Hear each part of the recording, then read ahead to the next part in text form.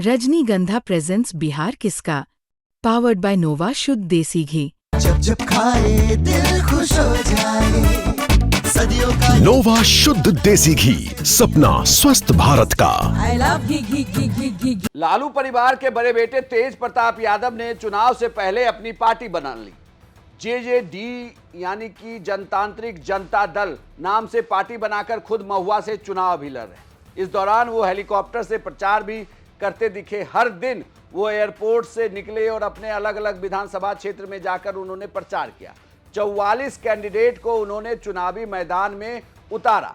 सबसे बड़ी बात यह है कि इसी बीच उनको Y+ की सिक्योरिटी भी दे दी गई केंद्र की तरफ से। लेकिन ये सवाल उठने लगा कि क्या वो बीजेपी ज्वाइन कर लेंगे, क्या एनडीए उन पर डोरे डाल रही है। ऐसा क्या हो रहा है कि तेज प्रताप यादव को लेकर बीजेपी के सांसदों की सहानुभूति जाग गई है। हालांकि जब उन्हें Y+ की सिक्योरिटी दी गई तो तेज प्रताप यादव ने कहा कि उनकी जान को खतरा है।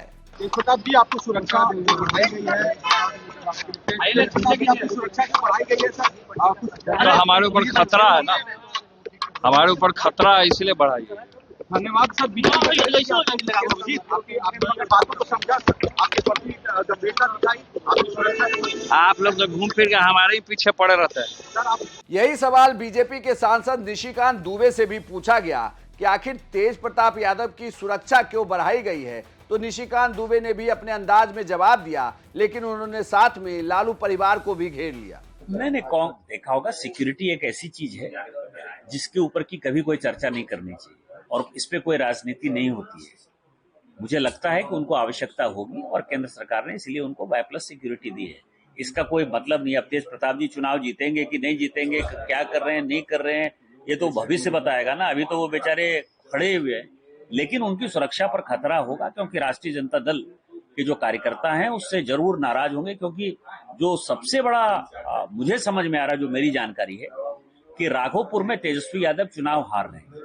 तो जो तेजस्वी यादव चुनाव हार रहे हैं तो उसमें से जो आरजेडी के समर्थक होंगे वो तेज प्रताप जी से बौखलाए हुए होंगे, इसलिए केंद्र सरकार ने ये जारी किया। बीजेपी की किसकी? बीजेपी के नेता जो है रवि किशन भी बोल रहे थे कि दरवाजे खुले हुए तेज प्रताप के लिए, क्या कहना है? वो तो बीजेपी तय करेगी। मैं बीजेपी का कोई प्रवक्ता नहीं हूँ और पार्टी में कौन आएगा कौन नहीं आएगा ये पार्टी ने मुझे जिम्मेवारी नहीं दी। अब आप देखिए कि पूरे चुनाव प्रचार के दौरान कई बार एयरपोर्ट से ऐसी तस्वीर आई जिसमें तेज प्रताप यादव बीजेपी के अलग अलग सांसदों से मिलते हुए दिखे। चूंकि सभी नेता चुनाव प्रचार के लिए भी सुबह एयरपोर्ट से निकल रहे थे और शाम को एयरपोर्ट पर लौट रहे थे, इसी दौरान उनकी मुलाकात होती है। लेकिन अब आप इसे महज सहयोग कहिए या बीजेपी किसी प्रयोग में लगी है कि बार बार तेज प्रताप यादव की मुलाकात रवि किशन से होती है और रवि किशन भी जमकर तेज प्रताप यादव की तारीफ करते हैं। इनको इनके हृदय जितना हम इनको देख रहे थे जानते हैं, इनके हृदय को सब लोग बहुत प्रेम कर रहा है।